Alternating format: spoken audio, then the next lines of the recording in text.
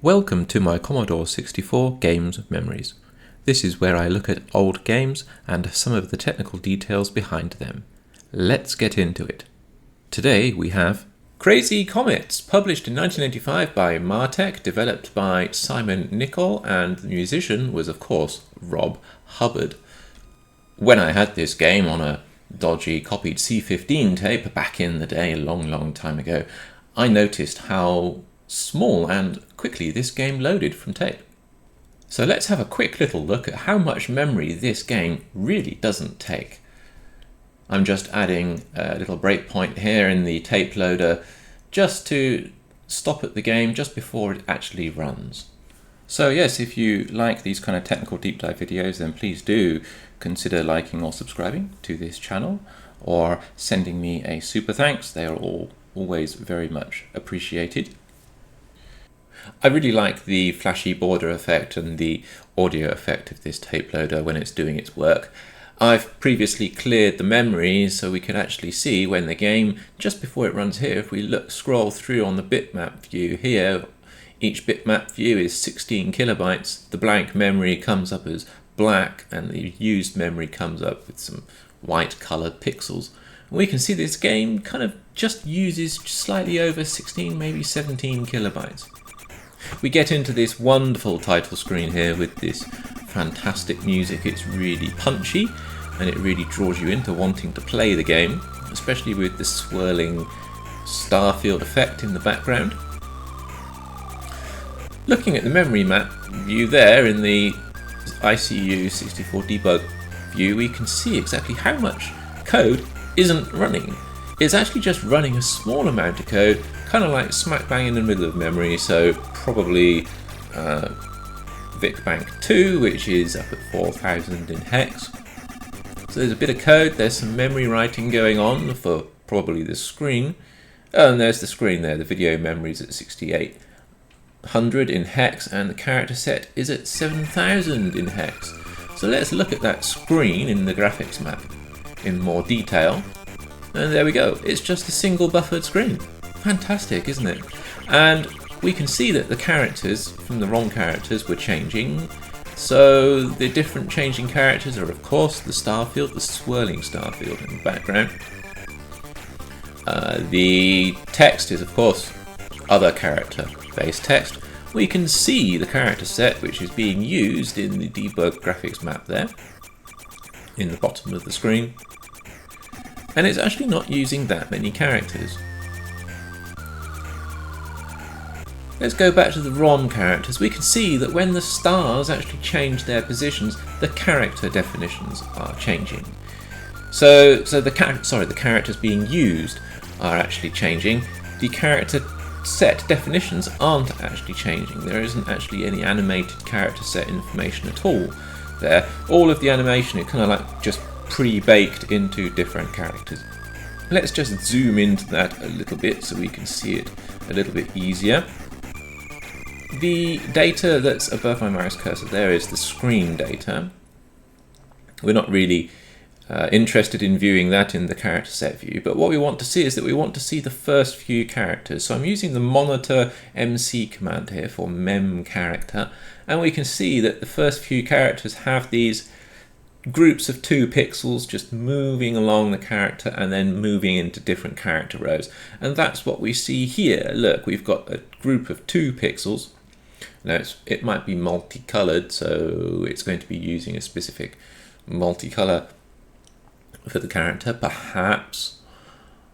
But anyway, we have groups of 2 pixels moving across from left to right and then down the next row, and then moving across left to right and then down the next row. This is how the game is able to draw so quickly the star effect and the particle effects, basically in different positions. We also have some other larger groups of characters there. They might be for the explosion effects or something like that. We also seem to have, well, we've got some characters for the text which is displayed on the screen. We've also got the characters used for the lives display on the score panel there in the bottom of the screen. So although there isn't any dynamic character set updates, we don't need it because there aren't that many characters being used in the game itself. The swirling stars seem to do quite well. I think those other characters are probably larger stars or groups of larger stars, so when the stars get towards the player, if you like, towards the camera, then the stars just get a little bit bigger, or the particles get bigger. The rest of the game is pretty simple, really. You just shoot the bouncing planetoids and the moons, and if you do it when they're small, then it's a lot easier to destroy them as opposed to waiting until the planets get big.